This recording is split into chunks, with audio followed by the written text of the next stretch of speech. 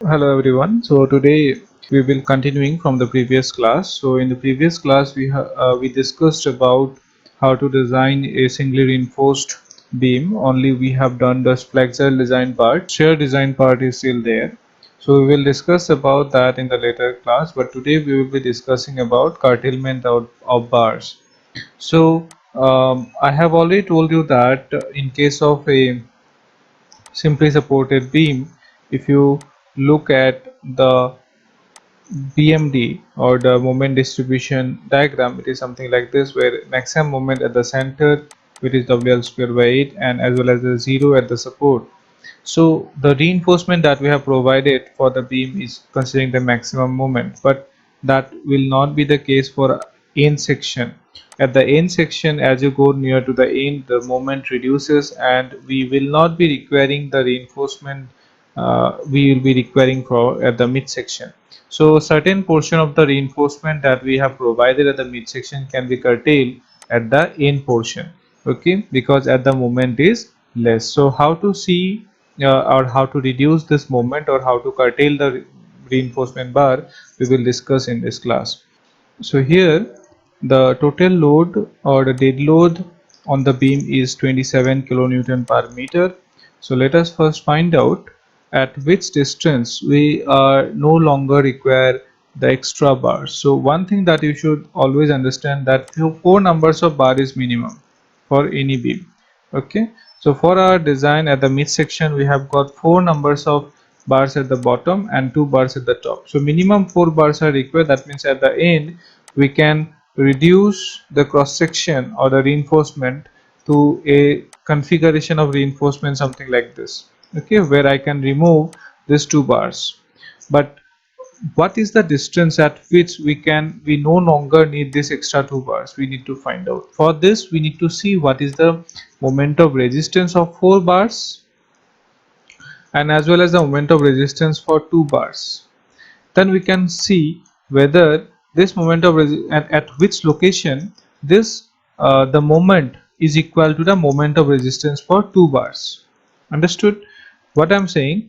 That in case of midsection we need four bars where moment of resistance become equal to the applied moment. Now we need to see at which location the moment of resistance for two bars is equal to the moment of applied moment at that particular section. Okay, as the BMD is varying, so we can find out a location where moment of resistance for two bar is equal to the moment of resistance. So this distance, this x, we need to find out. So for that, what we can do for moment of resistance for 4 bars that we have already calculated in the previous class, it is 132.578 kilonewton meter. And what is the moment of resistance for 2 bars? We just considering the relationship between the moment of resistance and numbers of bars as to be linear. We can assume that for 2 bars, so for 4 bars, MUR by area of cross section of the 4 bars into area of cross section of the 2 bar, which comes out to be 66.287 kilonewton meter. As well as what is the shear force at the end, it is W into L effective by 2, which is 81 kilonewton meter. So during structural analysis, probably you have found out how to find out the moment at a particular location. Suppose I want to find out at this location X. So if this is V, so it will be the moment at X is equal to V into X, will be in this direction, minus W into X by 2. So this is the equation for moment. So this mx we will put it as this x, mx. Okay, this is the location at which the moment of resistance becomes equal to the moment of resistance of two bars. Okay, so we will put this mx value as 66.287. Vx just now we have calculated this one, and w we already know. We can find out what is the value of x. So this is the equation that we are using. So let's see. Okay, so this is the equation. So if you put the values and solve it for x, you will get two values in meter. One is 5.022 and 0.978. Basically what does it say is that we get 2 points.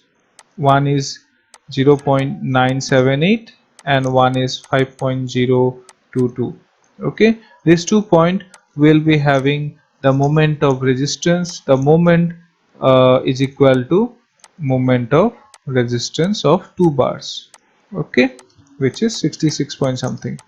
Okay, so that means what, at this particular point we can curtail the 4 bars, or we can curtail additional 2 bars, and we can convert the cross section of the beam to be something like this. The middle 2 bars we can curtail at this particular location.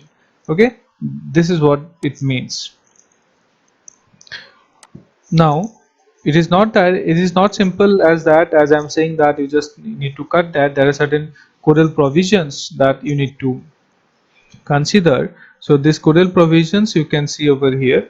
So though in the calculation, in the theoretical calculation, we got the value as 900 something mm, but we cannot cut at that location. Some extension should be provided. So these are actually from safety perspective. So it has been mentioned in the clause 26.2.3 that for curtailment, reinforcement shall extend beyond the point at which it is no longer required. So it is no longer required at this location, which is 900. Let me see, 978. Yes, 978. So 978 mm. So reinforcements are not required beyond this point. Reinforcements are not required beyond this point. So it has been said that the curtailment should be done, shall be extended, which should be extended beyond the point at which it is no longer required, to resist flexure at a distance equal to effective depth of the member or 12 times the diameter. That means this is, though it is like here you can cut the bar, but you should not cut the bar. You should extend this length to d is equal to a distance which were given by the greater of the diameter, the depth, the effective depth, as well as 12 times the diameter of the bar. Okay, so here the d is 342, 12 times of diameter is 240, and which you take the larger one is 342. So the curtailment point should be extended beyond this point. So extended, that means 978 minus 342, which will give you 636. That means, what, here in the beam, though we find that at a location, suppose this is a support, and we find that at a location of 978 mm, the 4 numbers of bars are not, 2 bars are required, but it says that it should be curtailed extended beyond 2 point, certain point, and this point is to a distance 342 mm. Okay, that means curtailment can be made at here, at this location. Curtailment can be made as per clause number 26.2.3. Now there are certain other clauses that you should take care of. So check for bar size limitation at support. So as we are designing for the support, and where all these considerations are the support, so there are certain considerations that you should make while designing for the support. So these are, you can see over here, clause number 26.2.3.3. Here point C, if you see, at simply supports, because our case is simply support, at a point of inflection, positive moment tension reinforcement shall be limited to a diameter such that LD computed for FD by 26.2.1 does not exceed this value, where M1 is the moment of resistance of the section, FD is the yield strength, V is the shear force, LD is the development length. So first of all, let's try to see what is LD. Okay, so we will discuss about this clause, but let's first find out what is LD. So development length is nothing but the resistance of bar to pull out from the concrete. Suppose you have a concrete block and you have a bar over here, reinforcement bar, and which with using a machine, you just pull it from this concrete block, and whatever force is required, that you can say, if you convert this force in terms of length, that becomes equal to the development length. That means the force required, suppose a certain force will be required to pull out. If this force is becomes equal to the yield strength of the bar, then that particular length of embedment at which the force required to pull out the bar is becomes equal to the yield strength, that is called the development length. Or in other words, you can say that you cannot pull it out without breaking the bar. Development length is that length which, when embedded in a concrete, you cannot pull out the bar unless otherwise you break the bar. Okay, without breaking the bar or without yielding the bar, you cannot pull it out. So that much of embedded length is called the development length. So this is important from the point of view of beam column joints and all the other joints. If you see, suppose you have a column and you have a beam, and you know that suppose this is, and the load is there, so obviously the beam will extend or it will deflect, something like this, and we providing the tension over here. So if the beam, the reinforcement that is embedded into the in the concrete or in the column is less, in that case, depending upon the load or the deflection, what might happen that if the embedded length is very less, it might come out without yielding, then it will be, the joint will fail. But that should not be happen in our case. So that is why uh, the all the reinforcement should be embedded in such a way that it should not come out of the concrete. Okay, and the depth of embedment at which it will not come out is called development length. So that is what we need to find out, and that can be found out from this equation. You can derive this equation very easily, and this equation actually can be written as 0.87 Fy phi by 4 tau bd. You should remember this equation. Fy is 415. If you are using the grade as 415, if it is 500, Fe 500 you are using, it will be Fe 500. This is the dia, and tau bd is basically the design bond strength given in 26.2.1.1. It will be this value is given in this particular clause, tau bd values. So tau bd is nothing but the friction, you can say, friction between the concrete and the steel. So let's see the table. 26.2.1. So grade of concrete, depending upon the grade of concrete, the design bond strength is varying. As the grade is increasing, the bond strength also increasing. Obviously, if the concrete strength is more, so it will hold the bar more firmly than a weak concrete, right? So if M35, so the firmness of holding the bar or the bonding strength is more, it is 1.17. So in our design we are using M35, so it will be 1.7. Also it is mentioned that for deformed bars conforming to IS 1786, this value shall be increased by 60%.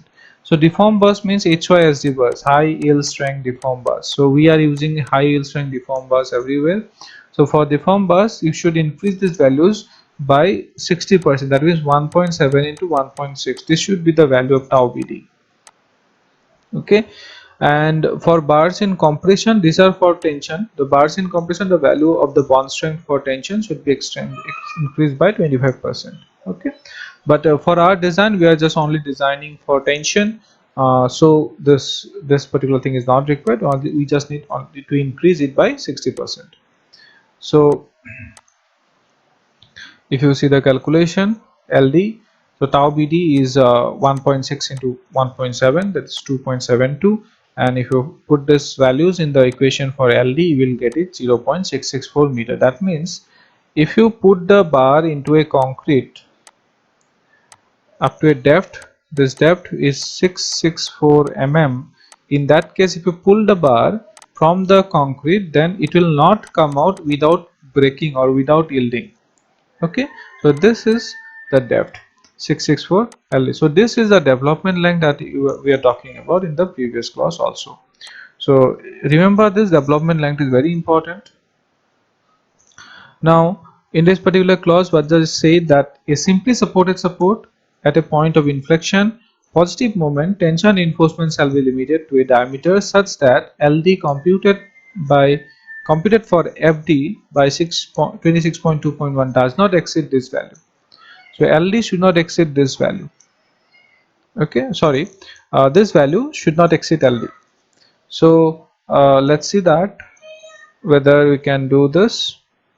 So this is the equation m1 by v into plus L naught, but also there is another thing, this value m1 by v in the above expression may be increased by 30% when the ends of the reinforcements are confined by compressive reaction. So most of the time the compressive reaction is obviously will be there, so this equation basically can be assumed to be 30.1 m by v plus L naught. Okay, what is L naught? It is the sum of anchorage beyond the center of the support to the equivalent anchorage value of any hook or mechanical anchorage at simply support. So basically we will see L naught is not that important for us right now. We will discuss it later on when it is important from the design perspective. Now see here 1.3 MUR by VU plus L naught, which comes out to be 2.127 M meter plus L naught. So you can see L naught is nothing but the embedment, actually basically how much embedment length is there depending upon the hook and all.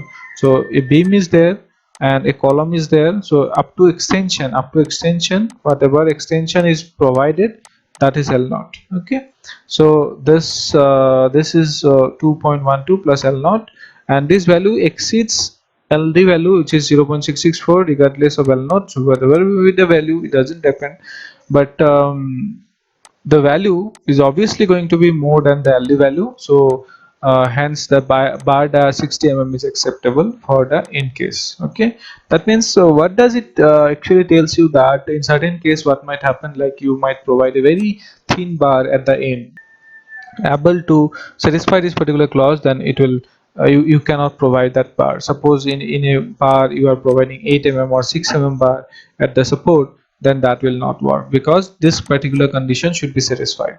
Okay, so this will define what diameter of the bar you should provide at the support. You should find out this value, you should find out LD, and you should check if this value is more than the LD, then that is okay for that particular dia. Otherwise you have to change the dia of the bar.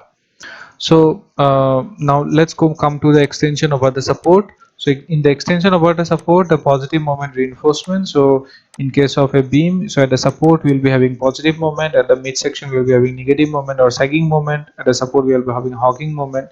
So at the support, it is mentioned that at least 1/3 of the positive moment reinforcement in simply supported or 1/4 of the positive moment reinforcement for a continuous member shall extend along the same face of the member into the support to a length is equal to LD by 3. Also, for in case of a simply supported beam, if we are talking about a simply supported beam, then the reinforcement which are provided at the support or that for resisting the positive moment, that should extend to a distance LD by 3.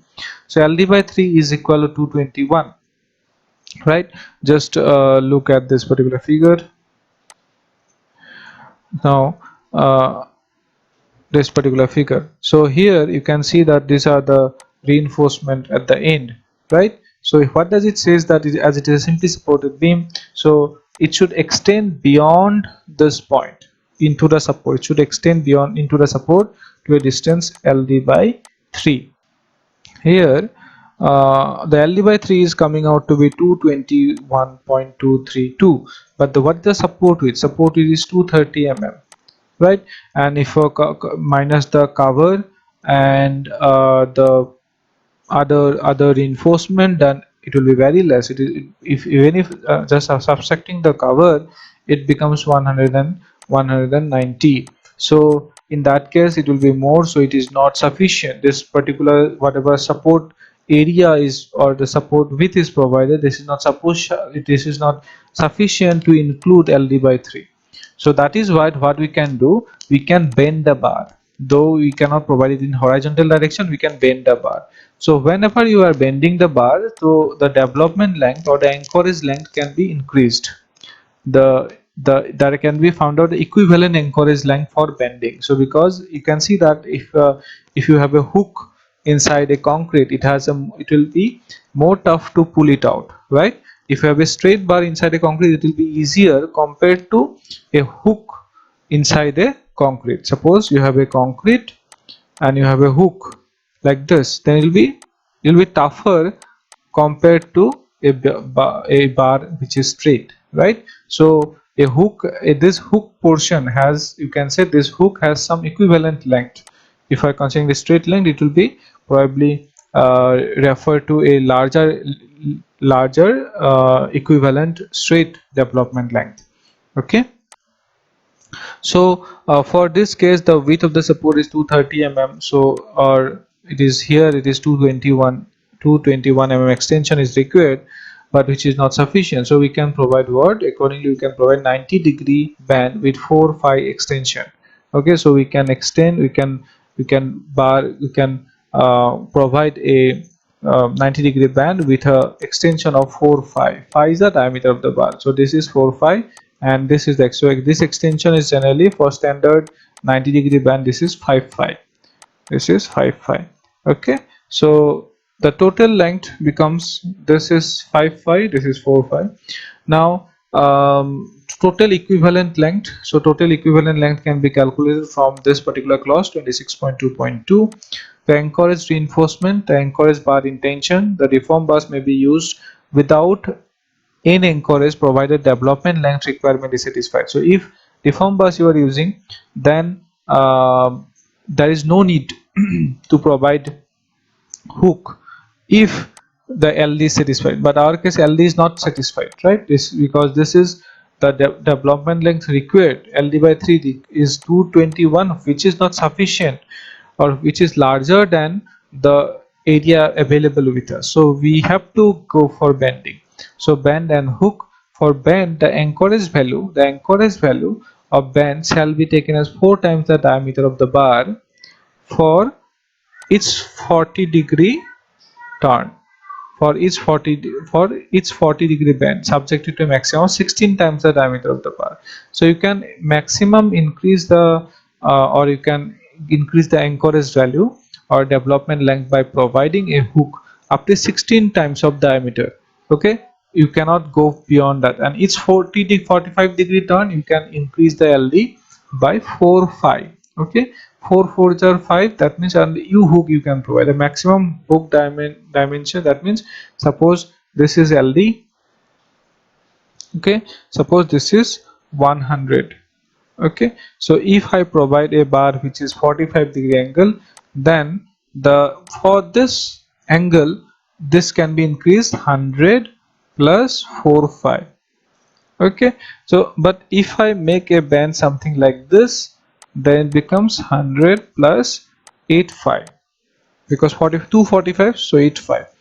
If I make an angle something like this 275, it will be 100 plus 12-5.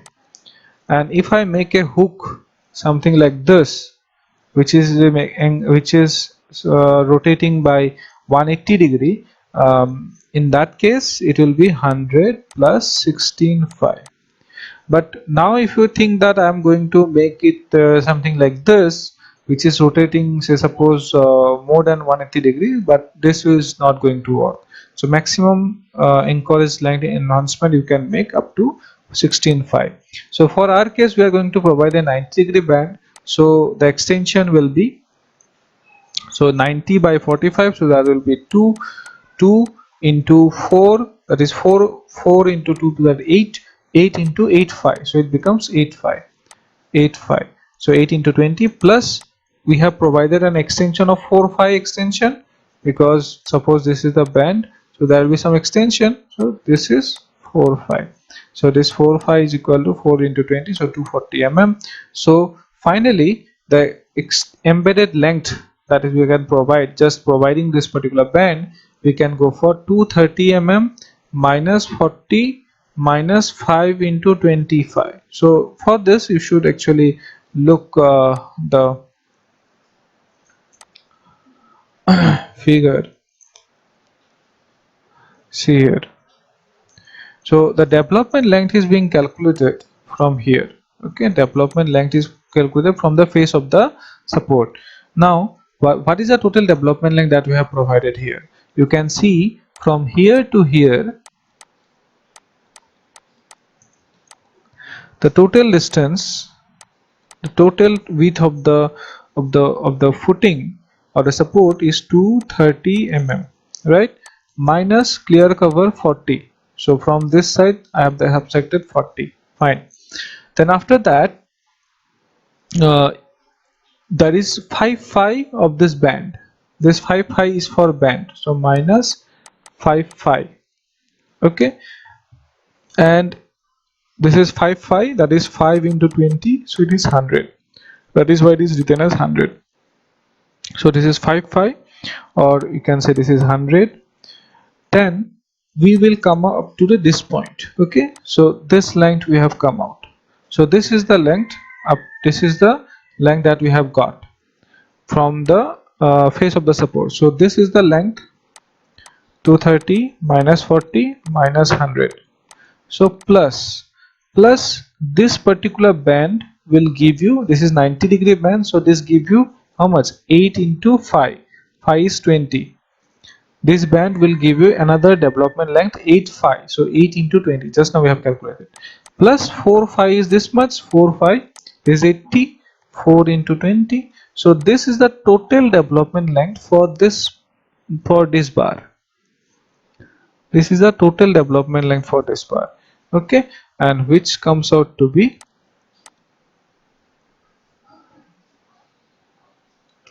330, and which is more than 240. So it is okay, right? 330, which is more than more than 220, 221. The requirement LD by 3 is, LD by 3 is 221, and what we have provided is 330, so it is okay. So this is greater than LD by 3, so it is okay. Fine. So as all the clauses are being satisfied, so we can say that we can make the curtailment at the distance 600 something. And so as everything is satisfied, all the clauses are being satisfied, so we can finally draw the curtailment figure. So here you can see,